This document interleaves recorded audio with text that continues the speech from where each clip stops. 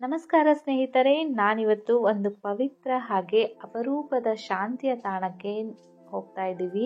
ಹೌದು, ನಮ್ಮ ತುಮಕೂರಿನಲ್ಲಿ ನೆಲೆಸಿರುವಂತಹ ಧಮ್ಮಲೋಕ ಬುದ್ಧ ವಿಹಾರವನ್ನ ಈ ವಿಡಿಯೋದಲ್ಲಿ ನಿಮಗೆ ಪರಿಚಯ ಮಾಡಿಕೊಡ್ತಾ ಇದ್ದೀನಿ.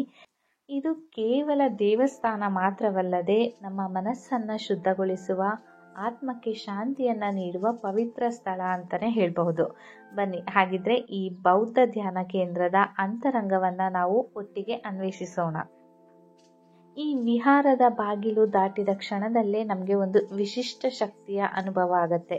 ಚಿಕ್ಕ ಗಿಡ ಮರಗಳಿಂದ ತುಂಬಿದ ಹಸಿರು ಪರಿಸರ ಒಳಗೊಂಡಿರುವ ಪವಾಡದಂತ ನಿಶ್ಶಬ್ದತೆ, ಮರಳಿನ ತಳದಲ್ಲಿ ನಡೆಯುವ ಪ್ರತಿ ಹೆಜ್ಜೆಗೆ ಶಾಂತಿಯ ಸ್ಪಂದನೆ ಸಿಗತ್ತೆ.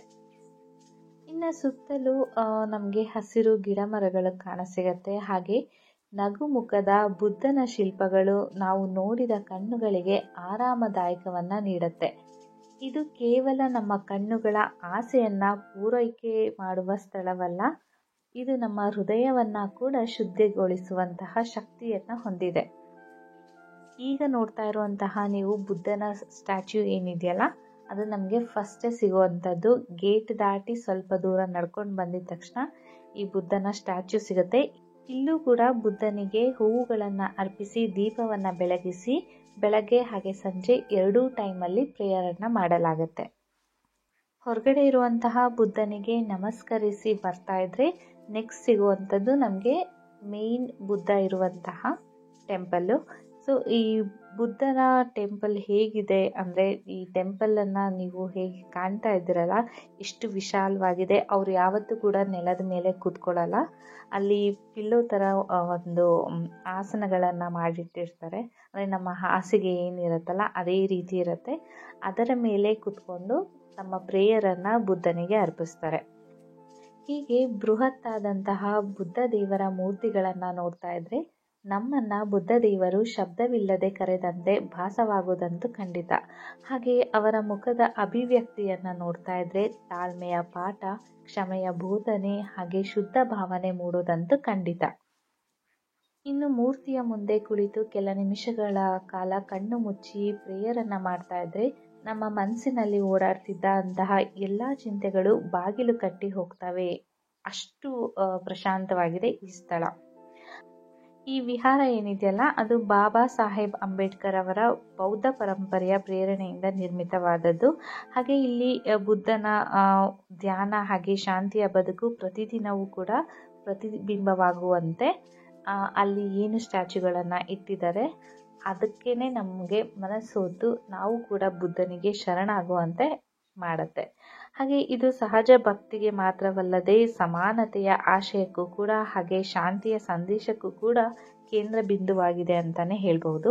ಹಾಗೆ ಇಲ್ಲಿ ಏನು ಕಟ್ಟಡ ನಿರ್ಮಿಸಲಾಗಿದೆ ಅದರ ಒಂದು ಹಿಸ್ಟ್ರಿಯನ್ನ ಮತ್ತೆ ಆ ಗುರುಗಳ ಒಂದು ಪರಿಚಯವನ್ನ ಇಲ್ಲಿ ಫೋಟೋಗಳ ಮೂಲಕ ನಮಗೆ ತಿಳಿಸ್ಕೊಟ್ಟಿದ್ದಾರೆ.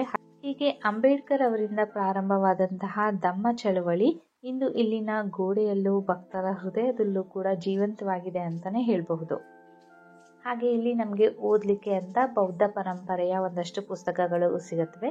ಈ ಪುಸ್ತಕಗಳನ್ನ ಇಲ್ಲಿರುವಂತಹ ಬುದ್ಧ ಸನ್ಯಾಸಿಗಳು ಪಠಣೆ ಮಾಡ್ತಾರೆ. ಜೊತೆಗೆ ನಾವು ಕೂಡ ಹೋಗಿ ಅದನ್ನ ಓದಬಹುದು. ಇನ್ನು ಒಂದಷ್ಟು ವಿಶೇಷ ದಿನಗಳಲ್ಲಿ ಅಂದರೆ ಬುದ್ಧ ಪೂರ್ಣಿಮೆ ದಿನದಲ್ಲಿ ಇಲ್ಲಿಗೆ ಬರುವಂತಹ ಭಕ್ತರ ಸಂಖ್ಯೆ ಸಾವಿರಾರು ಅಂತಾನೆ ಹೇಳ್ಬಹುದು. ಹಾಗೆ ಆ ದಿನ ಧರ್ಮಪಾಠ, ಭಕ್ತಿಗೀತೆ, ಧ್ಯಾನ ಹಾಗೆ ಮತ್ತಷ್ಟು ಸಾಂಸ್ಕೃತಿಕ ಕಾರ್ಯಕ್ರಮಗಳನ್ನು ಕೂಡ ಇಲ್ಲಿ ಹಮ್ಮಿಕೊಳ್ಳಲಾಗಿರುತ್ತೆ. ಹಾಗೆ ಇಲ್ಲಿಯೇ ಬುದ್ಧ ಸನ್ಯಾಸಿಗಳು ವಾಸ ಮಾಡುವಂತಹ ಸ್ಥಳ ಆಗಿರೋದ್ರಿಂದ ಅವರಿಗೆ ಪ್ರತಿನಿತ್ಯ ಬೇಕಾಗುವಂತಹ ತರಕಾರಿಗಳನ್ನು, ಹಣ್ಣುಗಳನ್ನು ಇಲ್ಲಿಯೇ ಬೆಳೆಯಲಾಗತ್ತೆ. ಈ ದೃಶ್ಯ ಏನು ನೋಡ್ತಾ ಇದ್ದೀರಲ್ಲ, ಇದು ಅವರು ಊಟ ಮಾಡುವಂತಹ ಸ್ಥಳ, ಅಂದರೆ ಡೈನಿಂಗ್ ಹಾಲ್. ಡೈನಿಂಗ್ ಹಾಲ್ನಲ್ಲೂ ಕೂಡ ಒಂದು ಬುದ್ಧನ ಮೂರ್ತಿಯನ್ನು ಇಟ್ಟು ಅಲ್ಲೂ ಕೂಡ ದೀಪವನ್ನು ಹಚ್ಚಿ ಬೆಳಗಲಾಗುತ್ತೆ, ಹೂವಿನಿಂದ ಅಲಂಕರಿಸ್ತಾರೆ. ಹಾಗೆ ಅಲ್ಲೂ ಕೂಡ ಪ್ರೇಯರನ್ನು ಮಾಡ್ತಾರೆ. ಡೈನಿಂಗ್ ಹಾಲಿಂದ ಸ್ವಲ್ಪ ಒಳಗಡೆ ಹೋದರೆ ಅಲ್ಲಿ ಒಂದು ಕಿಚನ್ ಸಿಗುತ್ತೆ.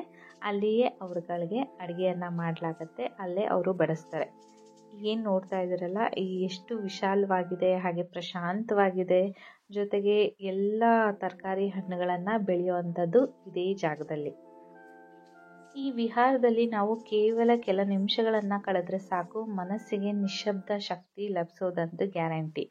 ಹಾಗೆ ಈ ಬುದ್ಧನ ಉಪದೇಶಗಳು ನಮಗೆ ತಾತ್ವಿಕ ಪಾಠ ಮಾತ್ರವಲ್ಲದೆ ಅವು ನಡವಳಿಕೆಗೆ ಮಾರ್ಗದರ್ಶಿಗಳು ಸಹ ಹೌದು. ಕ್ಷಮೆ, ಪ್ರೇಮ, ತ್ಯಾಗ, ತಾಳ್ಮೆ ಇವುಗಳನ್ನು ನಾವು ಇಲ್ಲಿ ಕೇಳೋದು ಮಾತ್ರವಲ್ಲದೆ ಅವುಗಳನ್ನು ಅನುಭವವಾಗಿ ಪಡ್ಕೊಳ್ಬಹುದು. ಇದೇ ವಿಹಾರದಲ್ಲಿ ನಮಗೆ ಚೈಲ್ಡ್ ಮಾಂಕ್ಸ್ಗಳು ಕೂಡ ಇದ್ದಾರೆ, ಹಾಗೆ ದೊಡ್ಡವರು ಕೂಡ ಇದ್ದಾರೆ. ದೊಡ್ಡ ಸನ್ಯಾಸಿಗಳು ಚೈಲ್ಡ್ ಮಾಂಕ್ಸ್ಗಳಿಗೆ ಪ್ರೀಚಿಂಗನ್ನು ಮಾಡ್ತಾರೆ, ಅವರೇ ಎಲ್ಲ ಹೇಳ್ಕೊಡೋವಂಥದ್ದು. ಅವ್ರಿಗೆ ಪ್ರತಿದಿನ ಡೇ ಸ್ಟಾರ್ಟ್ ಆಗುವಂಥದ್ದು 4:30ಇಂದ. ಬೆಳಗ್ಗೆ 4:30ಗೆ ಎದ್ದೇಳ್ತಾರೆ. ಎದ್ದು ಫ್ರೆಶ್ ಅಪ್ ಆಗಿ ಅಂದರೆ ಸ್ನಾನ ಇತ್ಯಾದಿಗಳನ್ನು ಮುಗಿಸಿ ಇಲ್ಲಿಗೆ ಬಂದು ಹೂಗಳನ್ನು ಅರ್ಪಿಸಿ ದೀಪವನ್ನು ಹಚ್ಚಿ ಪ್ರೇಯರನ್ನು ಸಲ್ಲಿಸ್ತಾರೆ. ಹಾಗೆ ಸುಮಾರು 7 ಗಂಟೆ 7:30 ಸಮಯದಲ್ಲಿ ತಮ್ಮ ಬ್ರೇಕ್ಫಾಸ್ಟನ್ನು ಮುಗಿಸ್ತಾರೆ. ಹಾಗೆ ಮತ್ತೆ ಅವರ ಊಟದ ಸಮಯ ಬಂದು ಮಧ್ಯಾಹ್ನ 12:30 ಹಾಗೆ. ಆವಾಗ ಊಟವನ್ನು ಮುಗಿಸಿ ಸ್ವಲ್ಪ ವಿಶ್ರಾಂತಿಯನ್ನು ತೆಗೆದುಕೊಳ್ತಾರೆ. ಮತ್ತೆ ಸಂಜೆ ಸುಮಾರು 5ರಿಂದ ಫ್ರೆಶ್ ಅಪ್ ಆಗಿ 6 ಗಂಟೆ ಸಮಯದಲ್ಲಿ ದೇವರ ದೀಪವನ್ನು ಹಚ್ಚಿ ಮತ್ತೆ ಪ್ರೇಯರನ್ನು ಮಾಡ್ತಾರೆ.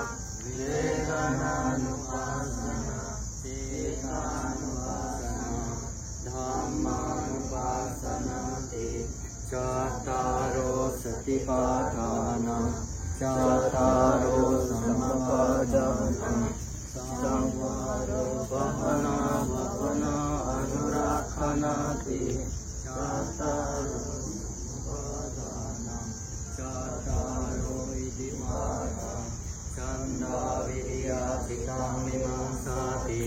चातारो इति पाठा पंचेन्द्रियाणि सति समाधिपान्याते पंचेन्द्रियाणि पंचबलानि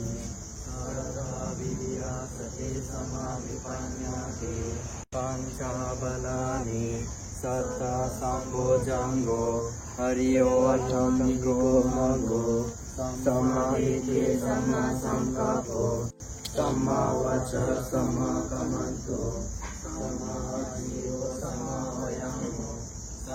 सति समा समाधि हरियो अथांगिको मागो नमो तस्स भगवतो अरहतो सम्मा सम्बुद्धस्स यस्समूलेतेनो ವತ್ಸಬಾಲೆ ವಿಜಯಂ.